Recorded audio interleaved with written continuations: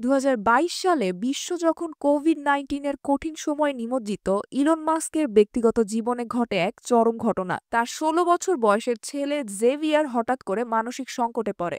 Xavier জানায় সে নিজেকে পরিবার ও সমাজের থেকে বিচ্ছিন্ন মনে করছে এবং ছেলের দেহে জন্মালেও নিজেকে মেয়ে বলে মনে করছে। তার মানসিক চাপ এতটাই প্রকট হয়ে ওঠে যে সে আত্মহত্যার হুমকি দেয়। জেভিয়ারের মানসিক অবস্থার উন্নতি করতে তাকে বিশেষজ্ঞ মনোবিদদের কাছে নিয়ে যাওয়া হয়। চিকিৎসক জানান জেভিয়ারের মানসিক চাপ কমাতে এবং তার লিঙ্গ পরিচয়ের সাথে মানিয়ে নিতে পিউবার্টি ব্লকার নামে একটি চিকিৎসা শুরু করতে হবে। এটি এমন একটি হরমোন ব্লকার যা দেহের স্বাভাবিক বৃদ্ধি বন্ধ করে দেয়।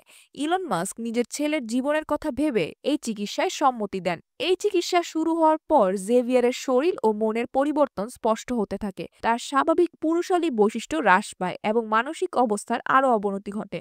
ধীরে ধীরে মাস্ক বুঝতে পারেন এটি নিছক একটি চিকিৎসা নয়, তিনি একে একটি পরিকল্পিত বৈশ্বিক ষড়যন্ত্র বলে মনে করেন, যা কিশোর-কিশোরীদের বিভ্রান্ত করছে এবং তাদের জীবন বিপর্যস্ত করছে। এই অভিজ্ঞতা ইলন মাস্ককে ভীষণভাবে প্রভাবিত করে। তিনি বলেন, ওরা আমার ছেলেকে মেরে ফেলেছে। তিনি সিদ্ধান্ত নেন এই ষড়যন্ত্রমূলক চক্রের বিরুদ্ধে লড়াই করার। মাস্ক দাবি করেন এই প্রভাবশালী গোষ্ঠী লিঙ্গ পরিবর্তনকে স্বাভাবিক করার জন্য সোশ্যাল মিডিয়াকে ব্যবহার করছে এবং এর সবচেয়ে বড় হাতিয়ার হচ্ছে টুইটার।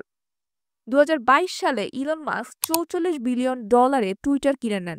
তিনি প্ল্যাটফর্মটির অ্যালগরিদম পরিবর্তন করেন এবং দাবি করেন এটি এখন সত্য প্রকাশের জায়গা। তিনি লিঙ্গ পরিবর্তনের প্রচারকারী পোস্ট এবং তাদের সমর্থকদের সরিয়ে দেওয়ার পদক্ষেপ নেন। মাস্কের মতে এই লড়াই শুধু সামাজিক এবং চিকিৎসার নয়, এটি একটি বৈশ্বিক লড়াই। তিনি ডোনাল্ড ট্রাম্পের শিক্ষা ব্যবস্থা ও সামরিক ক্ষেত্রে এলজিবিটিকিউ জেন্ডারের বিরুদ্ধে সমর্থন করেন। ঠিক এই কারণেই ট্রাম্পের নির্বাচনে প্রচুর অর্থ বিনিয়োগ করেন এলন মাস্ক। এলন মাস্কের মতে, আমি আমার ছেলের জীবন ধ্বংস হতে দেখেছি। আমি চাই না আর কোনো পরিবার এই কষ্ট ভোগ করুক।